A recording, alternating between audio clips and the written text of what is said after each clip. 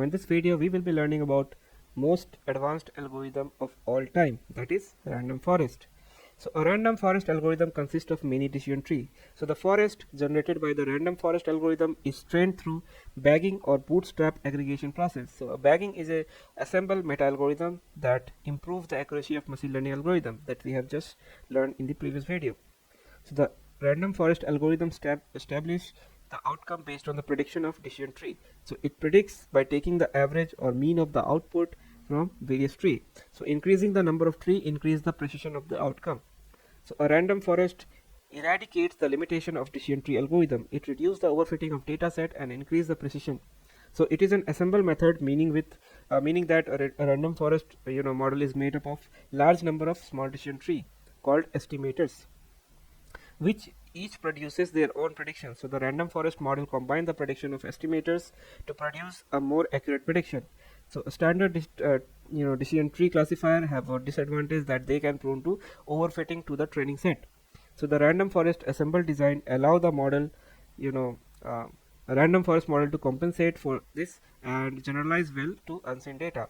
So including data with missing values, it can handle. Random forests are also good at handling large data set with high dimensionality and heterogeneous features.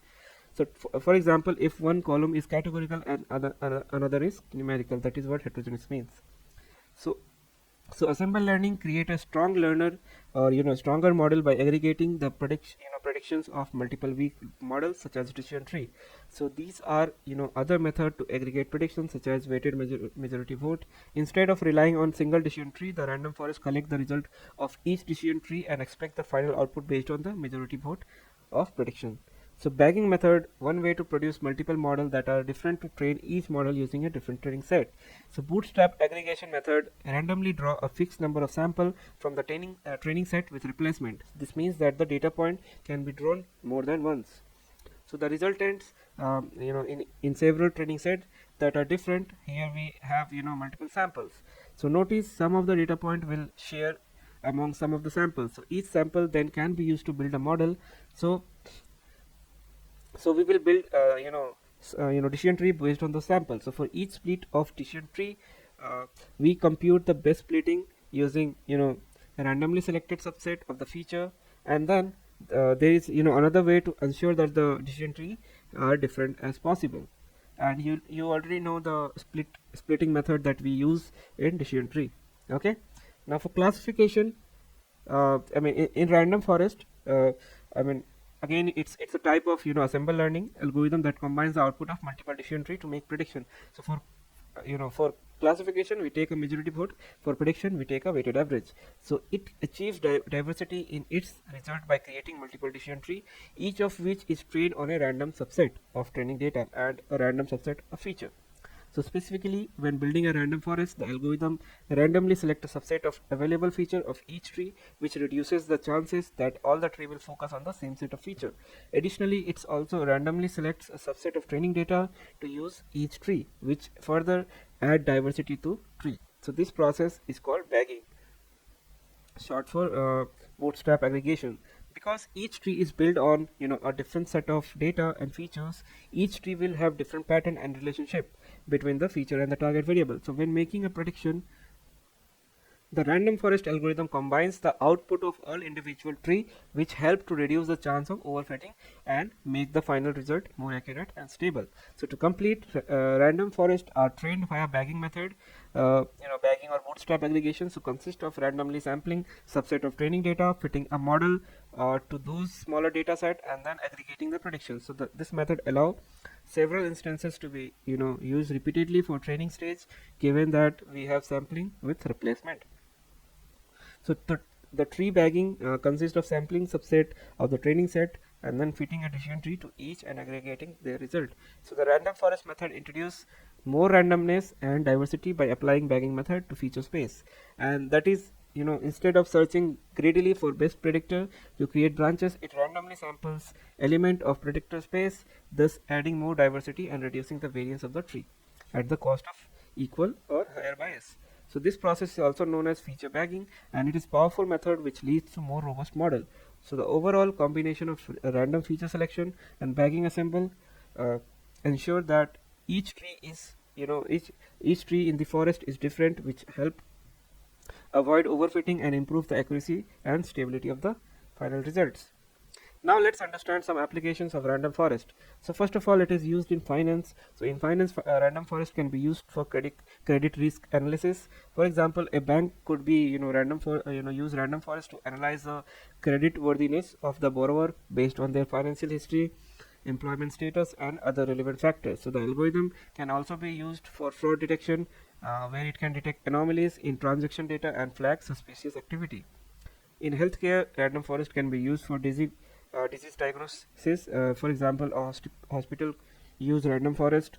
For example, hospital could use random forest to predict the likelihood of patient having a particular disease based on their medical history, test result, and other factors. So the algorithm can be used for drug discovery, where it can analyze the molecular structure of compound and predict the effectiveness in treating specific disease. So in retail, random forest can be used for demand forecasting. For example, a retailer could use random forest to predict demand for their particular product based on historical sales data, weather pattern, and other factors. So the algorithm can also be used for customer segmentation, where it can group customer based on their purchasing behavior and preferences. In marketing, random forest can be used for customer profiling. So, for example, a market team could use random forest to identify the characteristics of the most profitable customers, such as by their age, income, location. So, algorithm can also be used for campaign optimization, where it can predict the effectiveness of different marketing campaign on different customer segments. Then in environment science, random forest can be used for land use mapping. For example, a government agency could use random forest to analyze satellite imagery and classify different type of land use, such as forest, water bodies, and urban areas. So the algorithm, can also, be used for specific, species classification, where it can identify different type of plant and animals based on their physical characteristics. Then we have image and speech recognition applications. So random forest can be used for face recognition. For example, a security system could use random forest to identify individual based on their facial feature. So the algorithm can also use for object recognition, where it can identify different object in image based on their shape and color. Then we have manufacturing and cybersecurity. So in manufacturing, random forest can be used for predictive maintenance. For example, a factory could use random forest to predict whether a machine is likely to break down based on its performance and the other relevant factors. So the algorithm can also be used for quality control, where it can analyze product data and identify defects. In cybersecurity, random forest can be used for network intrusion detection. For example, a security system could use random forest to analyze network traffic data and detect anomalies that could indicate a cyber attack. So the algorithm can be used for malware classification, where it can identify different type of malware based on their behavior and characteristics. So hope most of the common application, you have clarity now where these can be used. Okay, now let's understand what is the essential qualities that random forest has. Okay, so first is diversity. So one essential quality of random forest is diversity. So the algorithm creates multiple decision tree, each of which is trained on random subset of training data and a random subset of features. By creating uh, different trees that are trained on different data subset and feature subset, random forest ensure that each tree is different and captures different patterns and relationship between the features and the target variable. So this diversity helps the algorithm to avoid overfitting and improve the accuracy and stability of the final result. The next is it is immune to dimensionality constraint. So random forest is also immune to dimensionality constraint. That means that it can handle dataset with large number of features or high dimensional data. So without reducing the accuracy of model, this is because random forest uses feature selection technique to select the most important feature, with help to reduce the impact of irrelevant or redundant features. Then it has parallelization. So another essential quality of random forest is parallel computation. So this algorithm can easily parallelized, which means that it can be trained on multiple processor or nodes simultaneously. So this make it possible to train random forest on large dataset on a reasonable amount of time, which is important for real world applications. Then we have train test split. So random forest also uses train test split to evaluate the accuracy of model. So the algorithm randomly split the data into training and test set, which is specified by percentage of the data used for each set. So the model is then trained on the training set and then evaluated on the test set to determine the accuracy, and this help to ensure that the model is not overfitting to the training data and can generalize well on nuance in data. Last is stability. So the finally, the random forest is known for its stability. So the algorithm is less sensitive to changes in the data than other machine learning algorithm, which means that it can produce consistent result even when the data changes slightly. So the stability is important for real world application where the data is not always perfect or consistent. Okay, so these are all essential qualities. Now let's understand why random forest is random.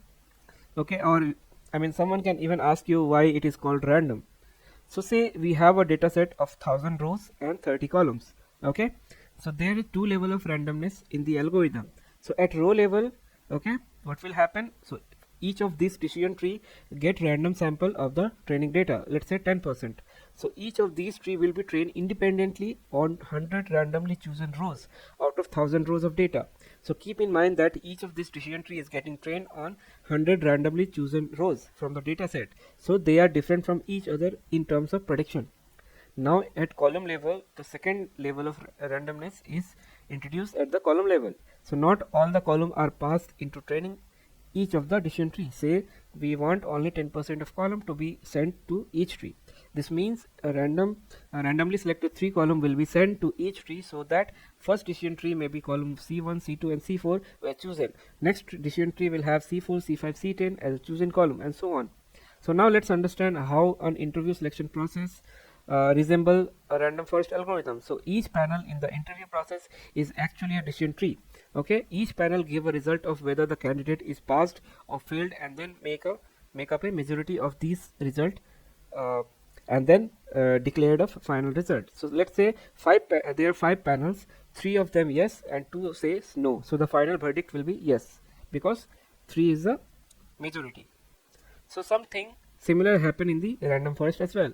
So the result for each of the tree are taken and the final result is declared accordingly, voting the voting and averaging you used to predict in the case of classification and regression respectively.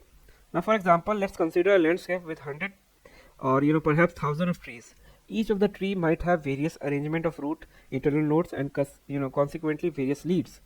Okay, now some trees claim that animal with feather less than 5 pound of body weight and inability to fly like penguin, whereas other tree disagrees. How does our algorithm identify animal in new record of data?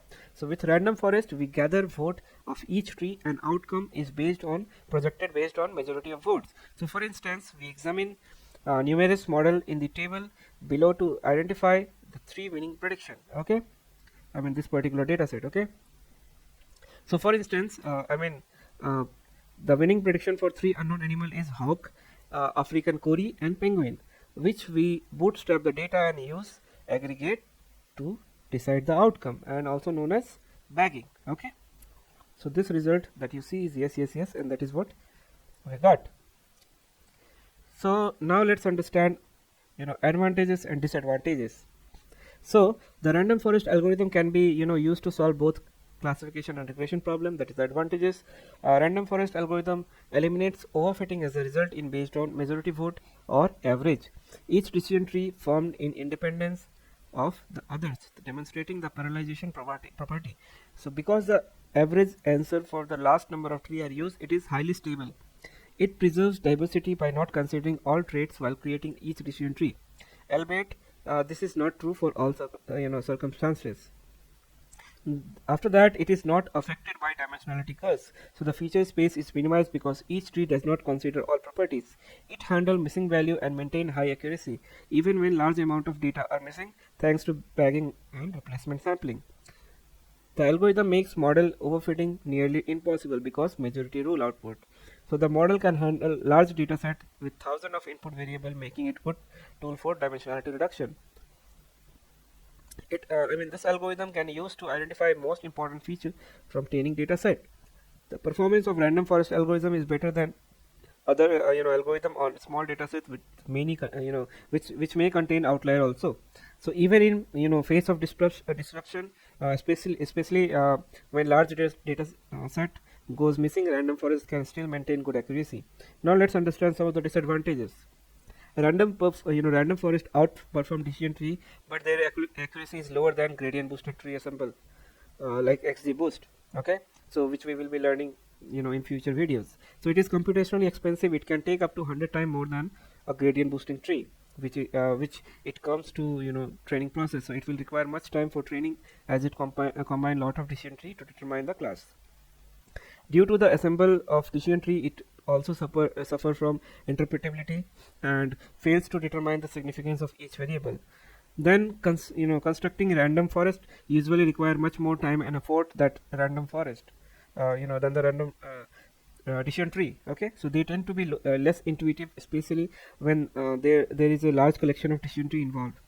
So they can overfit, meaning that like any machine learning algorithm, random forest can be overfit if they are not properly tuned. This means that they may not generalize the data well. So random forest can be slow to train and predict, especially when the data is large, and this can be problem when working with large data. Random forest can be difficult to interpret because it is made up of large number of decision tree. Imagine 1,000 decision tree. So this can make it harder to understand why the model is taking certain prediction, giving certain average result XYZ. Okay, there can be many reasons. Then random forest may not work well when we have high dimensional data, such as the data with many feature, like more than 100 features. This is because model have difficulty finding the good split point for the data. Then random forest may not work well with the data that is not linearly separable. This means that the data cannot be easily split into two groups, and this can be a problem when working with complex data. Okay, now let's understand the working of random forest. Okay, so step 1 is we will pick random k data points for training set. So the first step is building a random forest model is to randomly sample a subset of training data without replacement, and this is called bootstrapping, and the result sample is called a bootstrap sample. So the size of sample is typically set to be equal to size of original data set. Then then in the next step, a decision tree is built using a bootstrap sample obtained in step 1. So a decision tree is a hierarchical structure that consists of root node, internal node, leaf node. So each internal node represents a decision based on the feature, while each leaf node represents a class label. Now in the third step, multiple decision trees are built by repeating step 1 and step 2. So the number of trees to be built is specified by the user and typically denoted by the parameter n. Okay, so each tree is built on built using different bootstrap sample, and the resulting tree will call base model. Now once all the model are built, the next step will be to make prediction on the new data point. So to make prediction, each a base model is applied to the new data point, and then each model produces a prediction. So the final prediction is then made by taking the majority vote of all the base models. So for example, if out of n model, m model predict the data point to to belong to class A, and the remaining nm model predict it belong to class B, then the final prediction of class A. So the step is known as assemble step, where the base model are combined to make an accurate prediction than any single model. So the advantage of random forest is that it reduces the risk of overfitting, and it can be very easy to use and perform well on wide range of problem. Example, okay, so let's take an example. Consider training set including variety of fruit, including bananas, apples, pineapple, and mangoes. So this data set is divided into groups of random forest classifier. Each decision tree in the random forest system is allocated on these subset. Each decision tree generates a unique outcome for tree 1 and 2. For instance, the forecast is apple. Banana was predicted by another decision tree, so the final prediction is made by random forest using majority vote. So apple has selected as a forecast by majority of decision tree. As a result, apple is selected as final prediction of the classifier. So guys, hope you understand the whole working of random forest. I mean, behind it, it's just a random decision tree only, but it works as an aggregator, okay, and then take a majority vote and average. So that's all for random forest. In the next video, we will be learning about OOB error, out of bag error, or you can simply misclassification rate, which is a very important metric for random forest. Now we will continue the random forest algorithm part, and in which we will be majorly learning the OOB error, that is out of bag error in the random forest. So let's understand thoroughly with the help of one example. So out of bag error, or you can say misclassification rate, this error is the average error for each calculated using prediction from the trees that do not contain its respective bootstrap sample. Okay, so this allow the random forest classifier to be fit and validated whilst being trained, meaning that out of bag error is a method to estimate the performance of random forest model without the need for a separate validation set. So it is calculated by evaluating the model on the samples that were not used during the construction of decision tree in the forest. So here is the example how OOB error is calculated for both classification and regression problem using 3 rows of data set. Okay, so for classification problem, suppose we have a data set with 3 rows of data and we want to predict the class label based on 2 features. Okay, feature 1 and feature 2. Okay, so so we will build a random forest model with 2 tree, and each tree is trained on a random subset of samples with replacement. So during the training process, some sample are not selected in the bootstrap sample, which means they are not used to build the tree, and these samples are called out of bag samples. Suppose that for the first tree, the out of bag samples are row 2 and row 3. Okay, so we can use this tree to predict the class label of row 2 and 3 and then calculate the misclassification rate. Similarly, for second tree, the out of bag sample are row 1 and row 3. Okay, and we can use the tree to predict the class of row 1 and 3 and calculate the misclassification rate. And finally, we can average the misclassification classification rate for 2 trees to obtain the out of bag error. So that's how it works. Okay, then we have regression problem. So we have again data set with feature 1 and feature 2.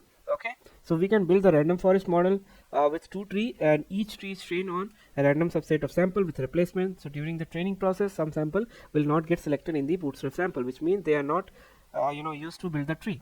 So these samples are called out of bag samples. Suppose that for the first tree, the out of bag samples are row 2, and we can use this tree to predict the target values of row 2 and 3, and then calculate the mean squared error between the predicted values and the true values. So similarly, for the second tree, the out of bag samples are row 1 and 3. So we can use this tree to predict the target variable of row 1 and 3 and calculate the mean squared error. So finally, we can average the mean squared error of 2 tree to obtain the out of bag error.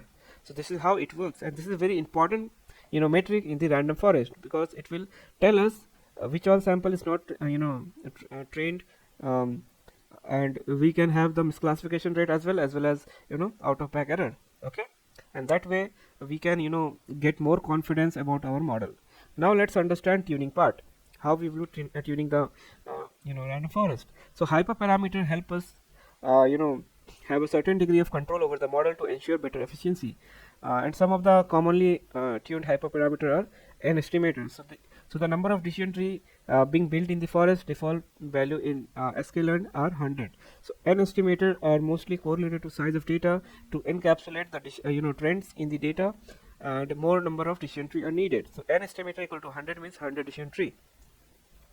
Then we have max depth. So the maximum level allowed in a decision tree, if set to nothing, the decision tree will keep on splitting until purity is reached. Then we have max feature. So maximum number of feature used for a node split process, typically square root log 2. If total feature are are number of feature, then square root of number of feature or log square of number of feature can be selected as max feature for node splitting. Then we have bootstrap. So bootstrap sample are used when building a decision tree. So if true, it will select bootstrap, else whole data is used for every decision tree. Okay, then we have criterion. So the function that is used to measure the quality of split in the decision tree. For classification problem, it is usually Gini impurity of, or entropy or information gain. So in case of regression, mean square error or mean absolute error can be used, and by default it's Gini for classification, and for regression it's mean square error. Then we have mean sample split. So this parameter decide minimum number of sample required to split an internal node. So default value is 2, and the problem with such a small value is that the condition is checked on the terminal node. So if the data point in the node exceeds the value 2, then further splitting take place, whereas if a more lenient value like 6 is set, then the splitting will stop early and the decision tree won't overfit on the data. Then we have minimum sample lift. This parameter sets the minimum number of data point requirement in a node of the decision tree. So it affects the terminal node and basically help in controlling the depth of the tree. So if after a split the data point in a node goes further, the minimum sample number, the split won't go through and will stop at the parent node. Then we have max leaf node. And with the help of this hyperparameter, a condition can be set on splitting, of the split in the tree. So the growth of the tree can get automatically restricted. So n parameter, and this is the number of tree that we will be building. So it increase the performance, making our prediction more stable but slow down the model. So hope you guys understand all the tuning method that we can use in the random forest. Now let's understand the same concept that we have understood in the decision tree, truncating and pruning. Okay, so I'll just cover this slide very shortly. Okay, so truncating is a process of stopping the decision tree growth before it reaches the maximum depth or minimum number of samples required to split a node. So in random forest, the individual decision tree are allowed to grow fully without any truncation, which means that there is no early stopping of the tree growth. This is because the assembled nature of random forest can help to reduce the risk of overfitting by averaging the prediction of multiple trees, and each of which has been trained on different subset of data. Then we have pruning. So on the other hand, it is a process of removing the branches or nodes from a fully grown tree to improve the performance of the tree test set.